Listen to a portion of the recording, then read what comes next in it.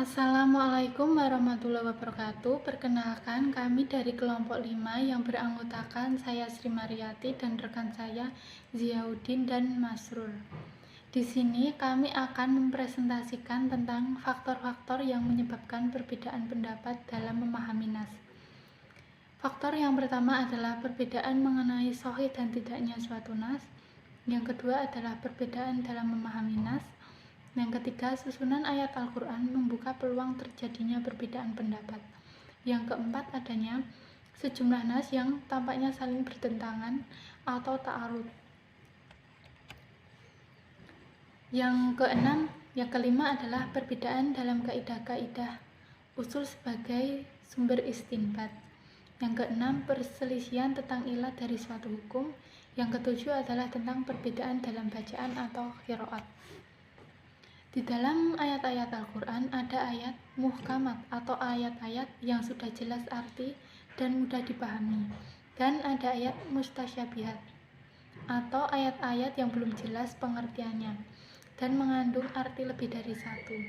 Maka diperlukan penelitian dan pengajian yang lebih mendalam.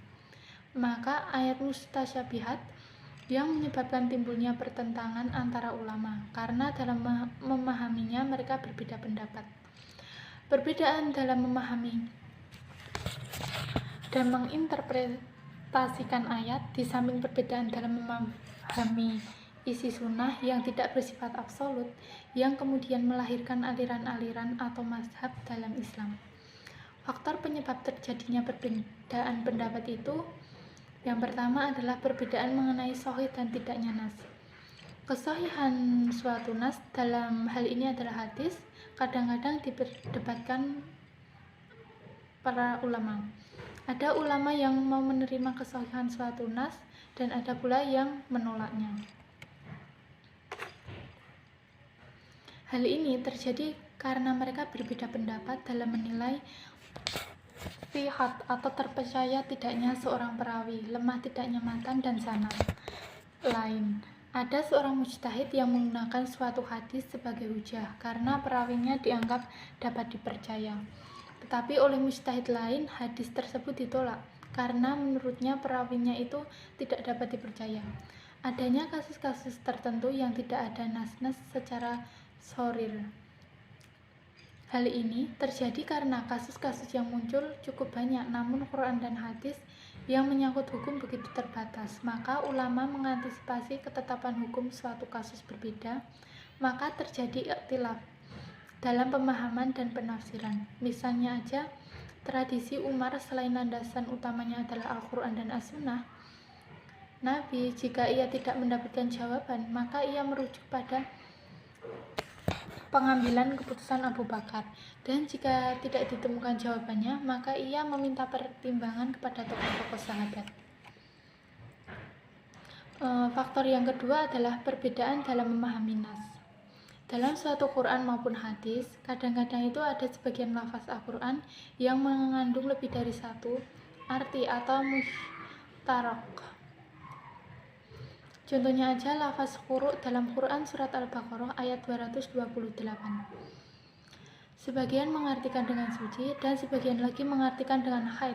Akibat perbedaan lafaz ini, sebagian sahabat atau Ibnu Mas'ud dan Umar memandang bahwa manakala perempuan itu sudah mandi dari haidnya yang ketiga, maka baru selesai masa iddahnya.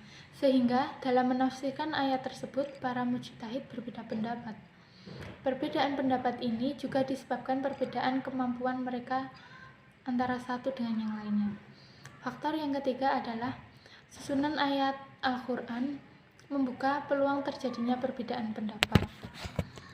Misalnya saja huruf fa, waw, ila dan yang lainnya mengandung banyak fungsi tergantung dengan konteksnya. Contohnya aja Quran surat Al-Baqarah ayat 226 dan 227 mengandung dua fungsi. Sebagian memandang huruf fa berfungsi sebagai litartib zikri atau susunan dalam tutur kata. Sebagian lagi berpendapat huruf fa berfungsi litartib hakiki atau susunan menurut kenyataan. Maka kelompok pertama berpendapat bahwa suami setelah melakukan Suami setelah ilah atau melakukan sumpah untuk tidak campur dengan istri, harus campur dengan istri sebelum 4 bulan. Kalau lewat 4 bulan, maka jatuh talak. Kelompok kedua berpendapat bahwa tuntutan supaya campur dengan istri atau untuk menghindari jatuhnya talak itu setelah 4 bulan. Faktor yang selanjutnya adalah akan disampaikan oleh rekan saya.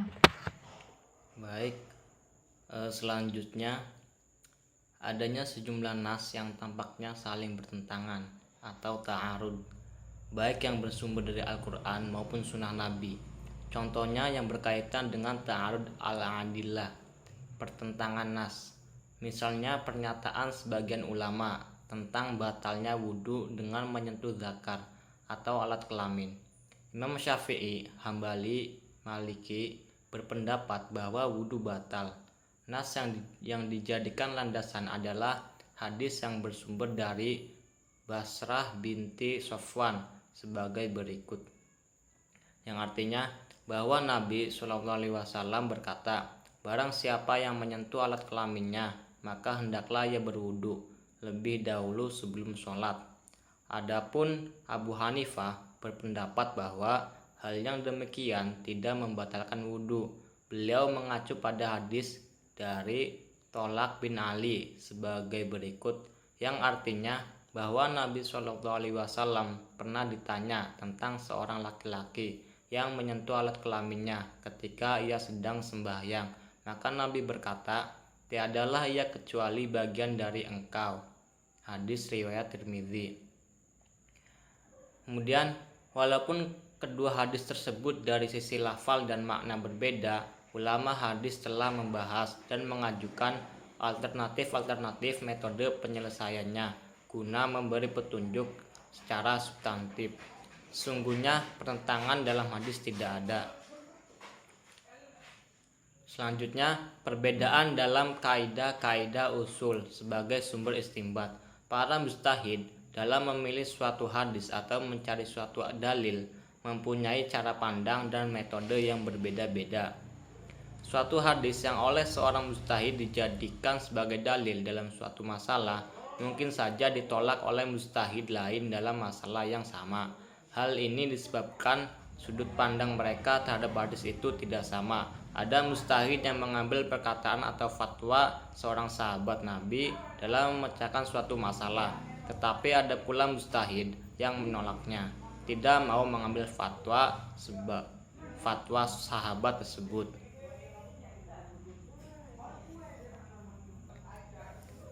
Begitu pula ada mujtahid yang menjadikan amaliyah penduduk Madinah sebagai hujah, tetapi oleh mujtahid lainnya ditolak.